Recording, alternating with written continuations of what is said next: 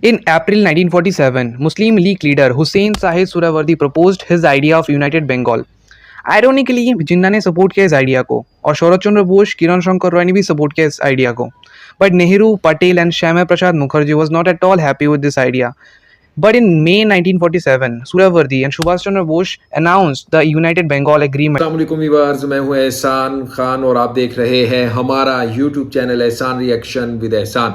मैं उम्मीद करता हूं आप जहां भी होंगे एंजॉय करते होंगे, मज़े में होंगे और फिट फाट होंगे. व्यूअर्स, यूनाइटेड बंगाल, जी हां, आपने सुना कि किस तरह से अगर ये इकट्ठा हो जाए तो कितना बड़ा ये देश हो सकता है, कितना बड़ा ये इकोनॉमी हो सकती है, दुनिया की बेहतरीन. और किस तरह से इसके बारे में बात हो रही है कि वेस्ट बंगाल, आसाम, त्रिपुरा, ये सारी रियासतें अगर बांग्लादेश के साथ आकर मिल जाती हैं, यूनाइटेड बंगाल, यानी ये 1974 में भी 1947 यानी जब 1947 में पार्टीशन हुई थी तब भी कुछ ये बातें हो रही थी कुछ पॉलिटिशियन के द्वारा, जिसमें मोहम्मद अली जिन्ना ने भी ये बात की थी और भी कुछ लीडर्स थे, पॉलिटिशियंस थे, गांधी थी और नेहरू थे और दिगर ने इसके ऊपर क्या बात की. यानी जो यूनाइटेड बंगाल था इसको अलग से कर दिया जाता ताकि ये एक ही लैंग्वेज है, एक ही कल्चर है, एक ही बोलने वाले लोग हैं, बहुत कुछ इनका आपस में मिलता है. लेकिन अनफॉर्चुनेटली, बदकिस्मती से अब ये अलग अलग हैं. यानी इंडिया में चली गई हैं कुछ रियासतें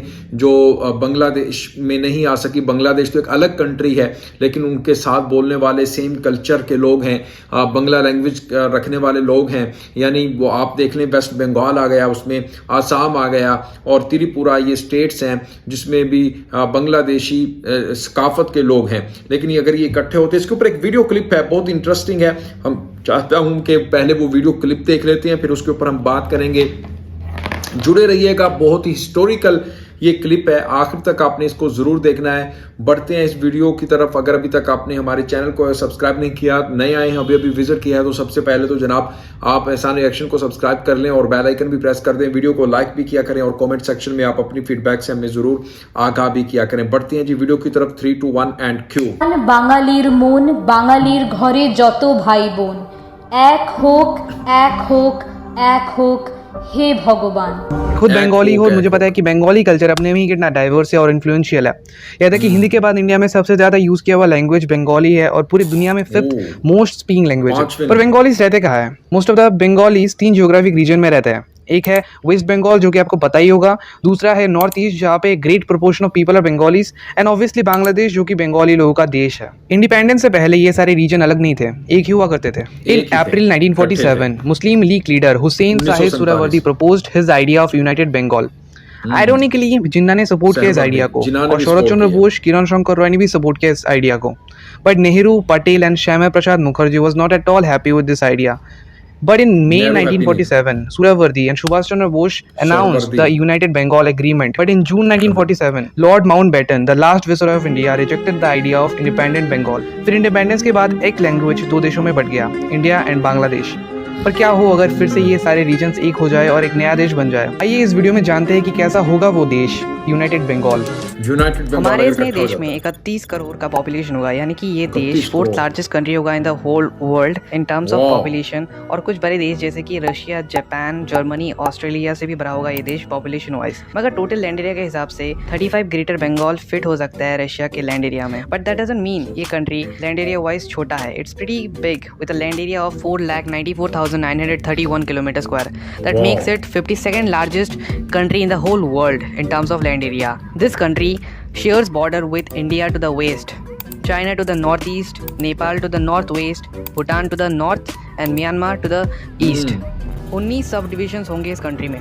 19 north Bengal, south Bengal, Tripura, Barishal, Chattogram, Dhaka, Khulna, Rajshahi, Rangpur, Mymensingh, Sylhet, Sikkim, Arunachal Pradesh, west Assam, east Assam, Meghalaya, Nagaland, Manipur and Mizoram. और इसका कैपिटल फॉर श्योर ढाका होगा, क्योंकि ढाका बिल्कुल बीच में है इस देश के, जो कि एक कंट्री के लिए स्ट्रैटेजिकली फायदेमंद होता है. पर देश बनता है लोगों से, और इस देश में लिटरली बहुत तरह के लोग होंगे.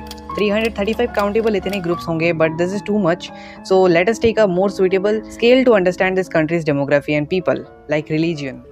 इस कंट्री में 55% लोग मुस्लिम्स होंगे with a majority population of 171.5 million peoples. 33% लोग हिंदू होंगे with a majority population of 103.1 million peoples and 3% लोग क्रिस्टियन होंगे with a population of 9.1 million peoples.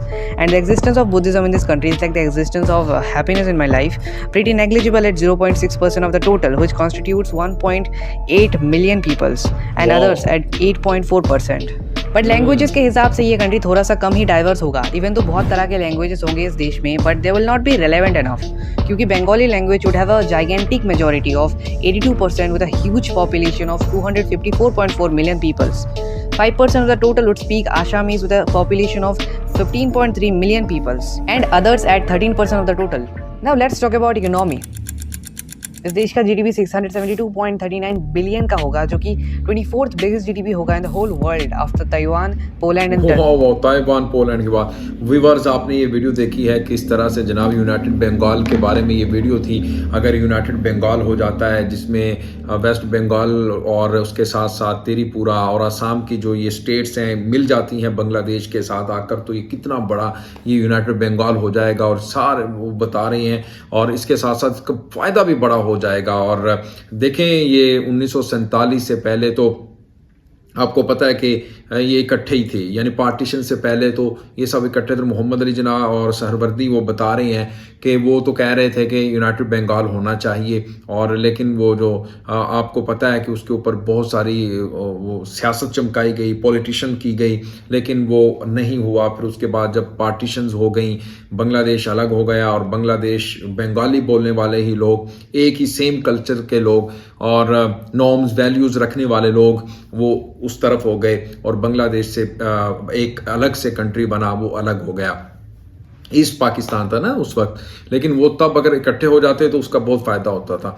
अब ये देखें, पाकिस्तान में भी तो एक पंजाब पाकिस्तान में है, एक पंजाब इंडिया में है, लेकिन वो सेम कल्चर है, वो इकट्ठा हो जाते तो मैं कहता हूँ तो यूनाइट की जो बात हो रही है, यूनाइटेड बंगला जो बंगाल की बात हो रही है, ये अगर हो जाती तो मैं कहता बहुत ही अच्छा होता। लेकिन ये हो जाना चाहिए। अब भी देखें, वेस्ट बंगाल के जो लोग हैं वो तो चाहते हैं कि हम बांग्लादेश के साथ जाकर मिल जाएं, क्योंकि बांग्लादेश एक अच्छी और बड़ी इकॉनमी है, और वहाँ पर इंडस्ट्री भी बड़ी है, लोग बेरोज़गार नहीं है, रोज़गार मिला हुआ है, और अनएम्प्लॉयमेंट बिल्कुल नहीं है। एम्प्लॉयमेंट के लिए बहुत ज़्यादा लोग यानी इंडिया से आते हैं बांग्लादेश में कमाने के लिए, और वेस्ट बंगाल के लोग भी ये चाहते हैं कि हमें सहूलतें मिलें, हमें वो सब चीज़ें मिलें जो अब इधर हमारे पास नहीं है। लेकिन अगर वो बांग्लादेश में होते तो आज वो दिन ना देखना पड़ता। इसी तरह आप असम को देख लें और त्रिपुरा को देख लें, ये अब वो बता रहे थे अगर ये मिल जाते हैं, यूनाइटेड बंगाल हो जाता है, तो इकट्ठा हो जाता है,